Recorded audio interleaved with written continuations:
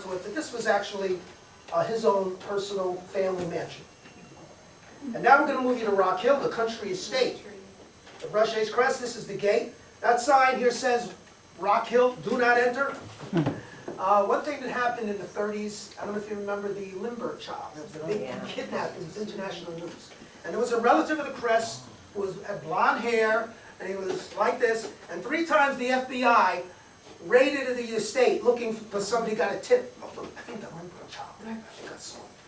So Rush demanded that the gates be closed at all times, you know, coming in and out. You go in, close it, you lock it.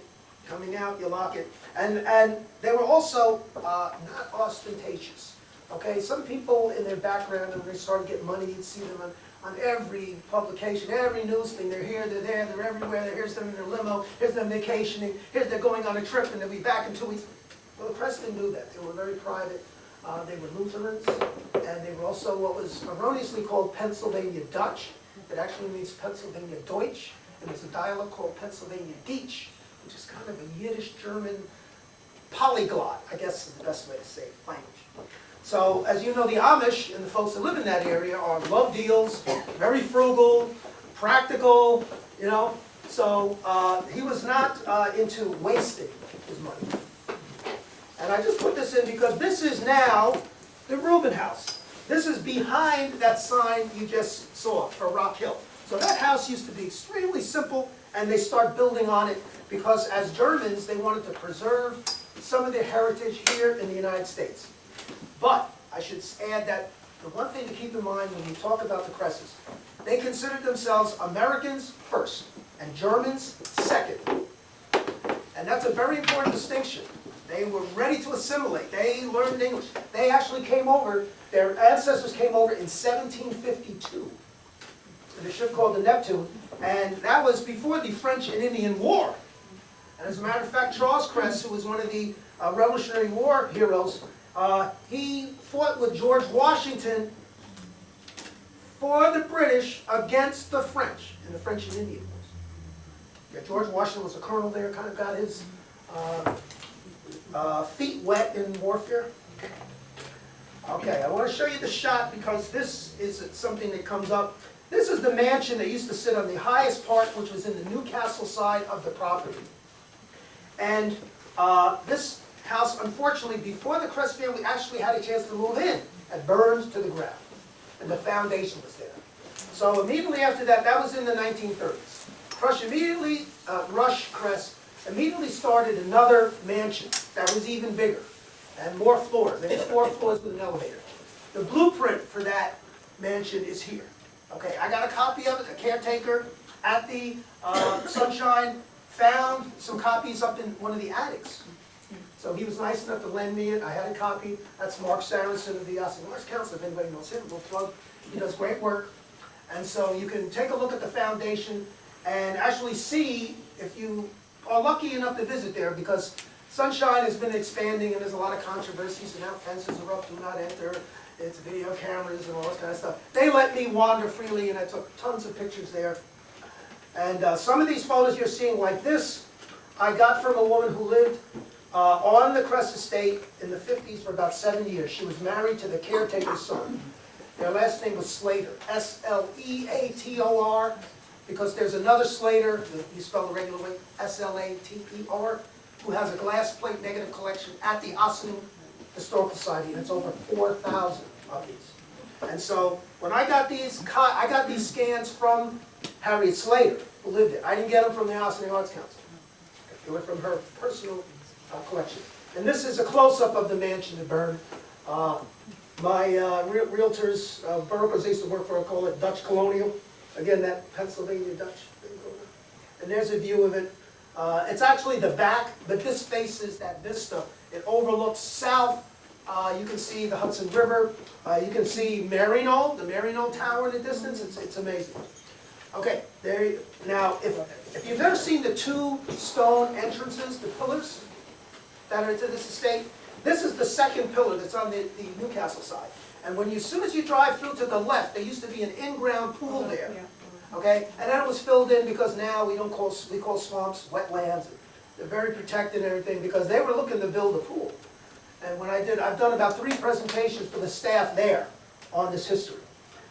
This is Rush H. Kress here. This is about 1914, 15. You can see the bathing suit, the fashions. This is Jack Kress, who unfortunately died at about age 12. He went down south and I guess caught one of these viruses. This is Sylvia Kress, Rush Kress's daughter. And this is Lila Kress, who was his first wife.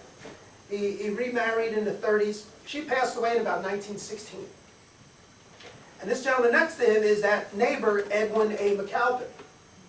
Okay, as a matter of fact, I have a sneaking suspicion that it was McAlpin's estate during this, but I can't verify that. And then Kress kind of took it over. But I'm not positive on that. Now, I just have some shots of you of some of the gardens. Now, I was fortunate enough to meet Jocelyn Kress, who was the daughter of Rush H. Kress. And she was very welcoming. She introduced me to her nephew, which gave me 125 photos of their personal photographs in the 50s. This is again from that Ossining Historical Society collection, showing you the grounds. This is from the Kress family. So it's a similar angle, but showing you in color. And the gazebo, of course, stands out. There were 3 gazebos on the property.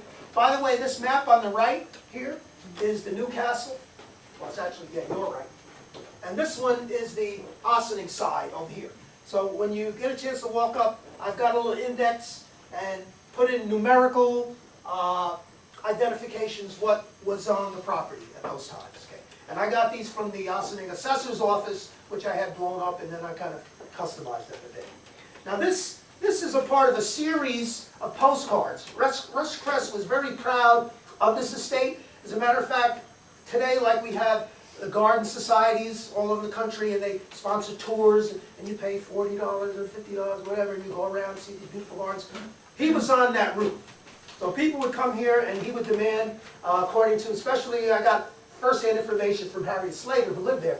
There was white gravel roads, and he wanted everything immaculate, all the plants, everything cut, trimmed, looked like a showcase. And he also had a lot of politicos that he had invited there for his various soirees that took place. Now this is a fountain that was there. Again, the Kresses were, though they were German, for some reason, Samuel started collecting Italian art. Now, as I started going through a lot of history and revisiting things, the Germans and the Italians always had this kind of symbiotic relationship.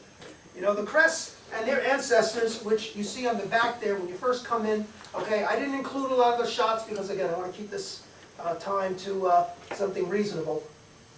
But the European exit, we had a thing in America called the Grand Tour, which took place, started probably around, I'd say probably in the 1800s, where people would go to Europe, usually from the US, and say, if you really want to be educated, you got to go to Europe. Because, the United States had a little bit of an inferiority complex when it came to art, because we weren't around that long. Okay? This part of the country, about 400 years. California, 150 years.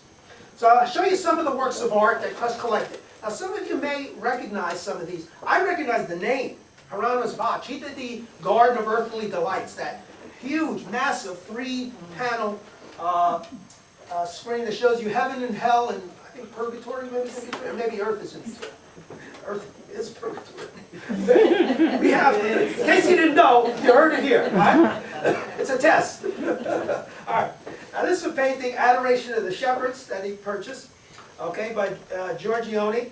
And this painting was actually selected by Kress after he purchased it in 1938. He put it in his shop window on 5th Avenue and 39th Street, New York City.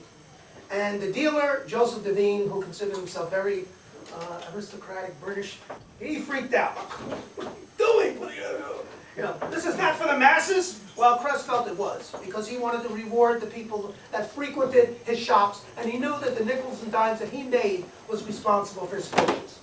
So he was, believe it or not, I got a feeling he was, in some ways, never really left his roots. The family was not, they were not necessarily destitute, but they were working folks, and he was a school teacher.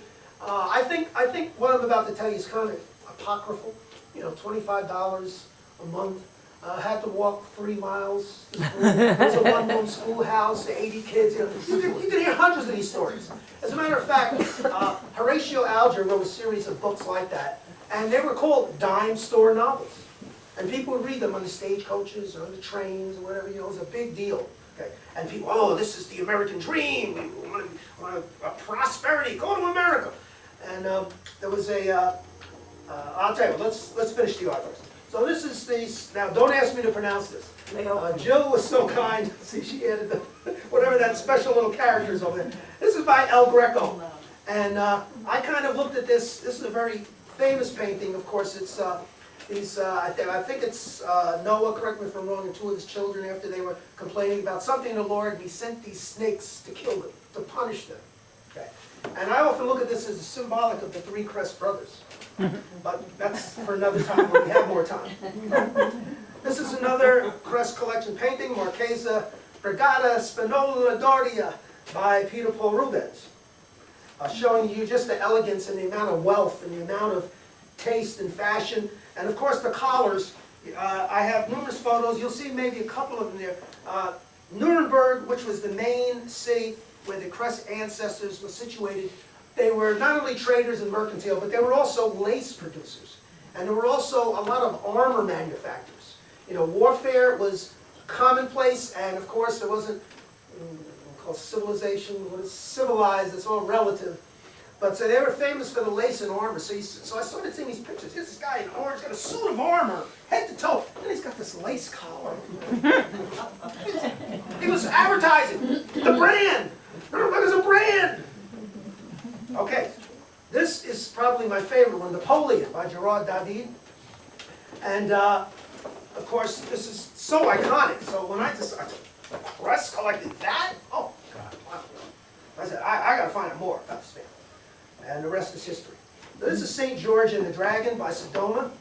And St. George's Church in Kraftshof, which is the town where there's this beautiful church there, and it's also got a cemetery where a lot of Kress relatives are buried. They have these St. George insignias all over the place. And I think the Kress related to it because the dragon kind of represents the human side of earthly desires. And St. George here is basically the spiritual warrior. And so this battle takes place within every human being, metaphorically. Okay, this is another painting I was amazed. Oh, Albrecht Dürer. I was like, holy man. Lot and his family flee from Sodom. Now this I thought was very interesting. This is a part of the Kress collection. It's in the National Gallery of Art. This is one of their prime ancestors, Christoph Kress von Kressenstein.